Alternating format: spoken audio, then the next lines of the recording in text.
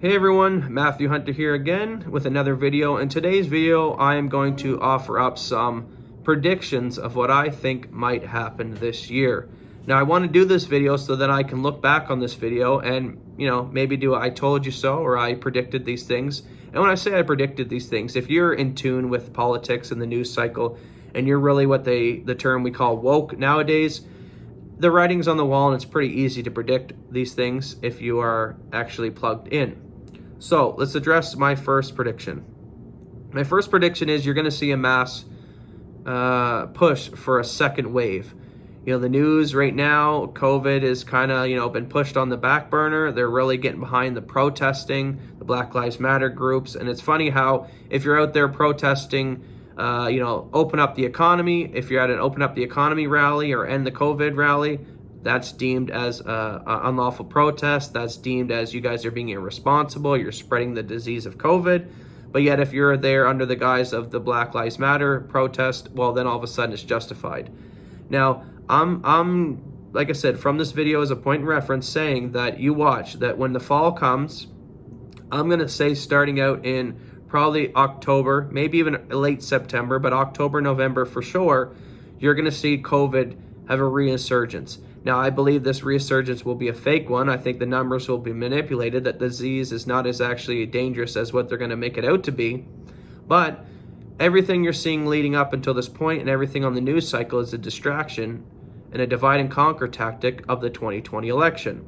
Now, why is the 2020 election? People will ask me, why does, Prime Minister Trudeau or the Indian Prime Minister or the communist leader care about the 2020 election? Why do you think that all these countries around the globe can get on the same page and try to be so influential of the 2020 election? Well, it's very simple. We understand when people like Joe Biden or, who could have won against Trump, Hillary Clinton, we know that the Bushes, the Clintons, all these families who have been in power of the Oval Office for generations. Well, we know when they're in power, all these other foreign nations do very well. We see it with insider trading. So with Hillary Clinton, with Joe Biden, with all these families, they would be making insider deals that would benefit all these other countries. Whereas if Trump is in office, he tends to put America first, and in some cases their policies actually negatively affect these other countries. So they have not only a monetarily, but a policy interest in making sure that Joe Biden is the next nominee rather than President Trump. Because if President Trump gets in, it'll cost all these countries a lot more money and maybe even push back on some of their tyrannical regimes and how they treat their population. So, we see Trump calling out how the Chinese regime is authoritarian with their people, how they have enslaved the weaker population, the Muslim minority, how they have them in concentration camps, they're giving them forced sterilization. Whereas if you had someone like a Hillary Clinton or a Joe Biden in office, you probably wouldn't even hear those things mentioned, which is what the Chinese would absolutely love, for you not to point out and put a spotlight on their crimes against humanity. So this is why there's so much weighing on the 2020 election, not to mention the fact that all these people have committed a lot of crimes while they're in office. We know with politicians, anyone, whether on the far left or far right, we understand that there is insider trading going on. We understand that why is it that Nancy Pelosi or some of these people in Congress or in political positions, they have a yearly salary of, let's say, $100,000, but they have a net worth of $150 million. Where did all the money come from? Well, it came from making insider trading deals, letting people know that, hey, once I get into that government position, I will do stuff for you, and in a sense, you can donate to my campaign or hook me up with a nice job afterwards. So that's what we're seeing played out on a mass scale. Now, also, with Trump in office right now, he has got his own team in, and the FBI is investigating a lot of these crimes, whether it's insider trading, whether it's the pedophile network rings, whether it's Jeffrey Epstein, Ghislaine Maxwell that got arrested. So Trump is looking into all these things, whether it was Obama spying on Trump as he was leaving office in a way to try influence the 2016 election, whether it was, how Hillary Clinton could destroy 30,000 emails. And I would like to wonder what was so damaging that was in those 30,000 emails that she had to have whitewashed. Hopefully we'll get to the bottom of that one day. Maybe we'll never know. But the point is if the right people were in power, such as Obama or Biden, then those things would have never been investigated in the first place, and their crimes would have never been unearthed. So they have a lot riding on this 2020 election, because if Trump gets in and wins again, most likely he's going to investigate these crimes, and most likely there could be indictments and people could get in serious trouble, such as the Bidens, the Clintons, the Bushes, and all these other families that have been in power for so long. So they know if Trump wins, we go to jail. That's why there is such a huge push to influence this next election, because if they can get in, they can squash all those investigations, and then they're scot-free. They don't go to jail. So, if you're facing life in prison or worse, treason charges, you're damn right you're not, breaking the law is not beneath you, because if you don't break the law, you're probably headed to jail anyway. So at this point, it's everything on the table. This is why we see the racial division right now pushed to the news with the Black Lives Matter movement.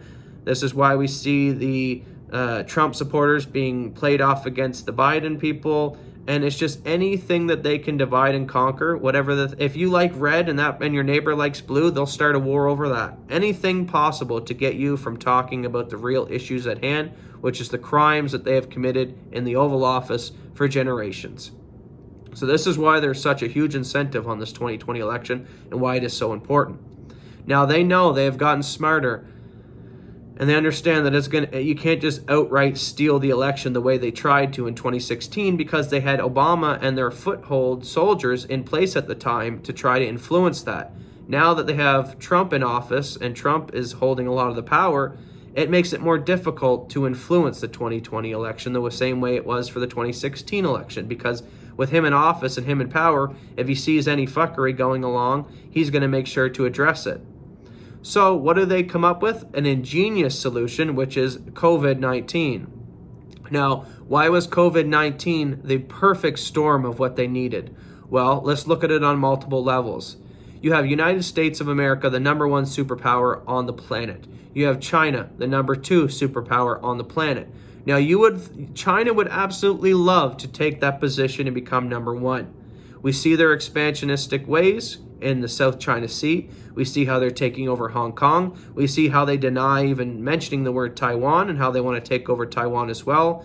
And you see how they are slowly encroaching on the Indian border. China is very ambitious and wishes to grow as a superpower and wishes to become the number one superpower in the world. Now, the way that they wish to achieve this is not by taking Chinese soldiers and rolling up on the American shores and having a full-blown physical confrontation. They know from the previous world wars that this would not work, that there is a gun behind every blade of grass in America, that the American population would revolt. It would not be ruled by a communist regime.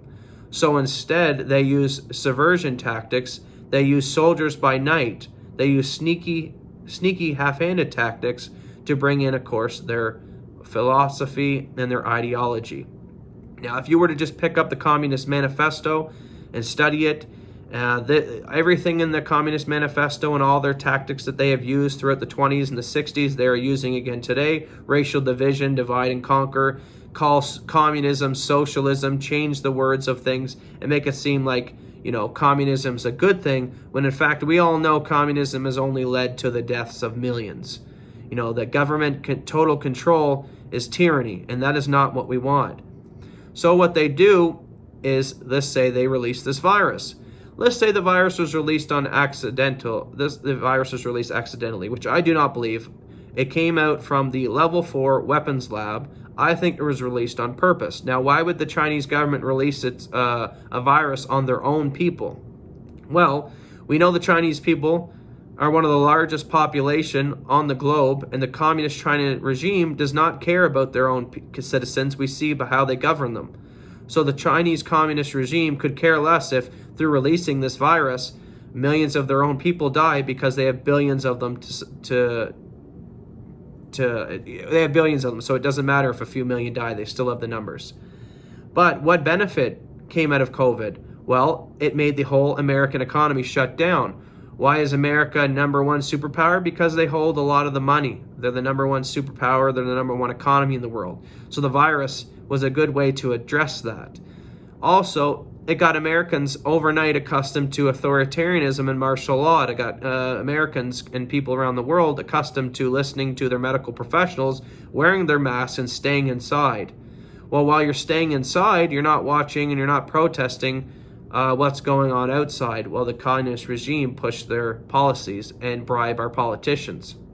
So, what was Trump's major selling point and why he was probably going to get reelected is he said, well, guys, look at the economy, look at the jobs, look at your paychecks and your savings account. Everything is going well. So obviously the American people, when they're in the crux of a boom, are not going to buck the system and not going to then put in Biden, and at risk they all lose a lot of their money and physically hurt their economy. So it was a for sure deal that Trump was going to probably win again. So what did they do? They released the Wuhan virus, and that way it affects Trump's economy and shuts everyone down. Now also, these people, these communist regimes and the traitors that work with them in our own governments, well, they benefited very well off the fact of also with COVID-19, all the court systems got shut down. It became very difficult to take witnesses and fly them around the country for witness statements and even have the courts opened up to do verdicts if COVID-19 was going on, because they would say, well, there's a threat that if we open the courtroom that it could spread the virus. So it worked very well that all these people that Trump was investigating for their crimes, that now all that also gets put on hold because all the courts are shut down due to COVID. Also, we now understand that the communist regime really wants to get Joe Biden in, and another way they could steal the election is by mail-in ballots. So like Trump has said, it's a lot better if you can go to your local polling station with your ID, physically be seen on a camera, whether the camera's installed in that polling station or not, and put in your written vote versus you just putting it in your mailbox, because there's no guarantee that if you put that vote for Trump in the mailbox, that when it actually gets to its destination, your vote is actually for Trump. Like he has said in himself, the Chinese communist regime could very easily print off identical voting ballots and mail them in, and you would never know the difference. So I think there's going to be a huge push for mail-in ballots as a way to steal the election. And I just outlined why it is very important that they steal this election. So my predictions for this video is you're going to see a rise of COVID in October, November. It's going to push everyone to go back into martial law, go back into their house. There's going to be a push for mail-in ballots. There's going to be more racial and sexist division or gender division. Anything you can think of, they're going to try to divide and conquer us with. Everything to take our minds off of the 2020 election. They'll also probably use the excuses it's not safe to go out and vote. How many older folks were going to vote for Trump and maybe now would be less likely to go out and vote at the polls, knowing that there's a risk that they could catch COVID-19 at this polling station, since many people are going out to vote. So they may in fact choose to stay home and mail in their vote, in which case is more ripe for that vote to be fraudulently submitted and affected.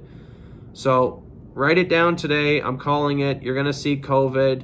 And whether it's not COVID, you're going to see some kind of major thing happen around October, November, leading up to the election, as a way to try to get the people to be accustomed to stay inside while they try to steal the 2020 election from us, to put their people in place so they can stop all these indictments that are coming down the pipe hole. And just be conscious and be aware of it. We're aware of it. I'm aware of it. I'm addressing it, and I'm going to talk about it, and we'll continue to talk about it right up to the leading of this election. Hope you guys enjoy this video, found it informative. Always keep your eyes open and realize if they're getting you to focus over here, they're probably doing a lot of shady stuff over here. And that's their common tactic they use.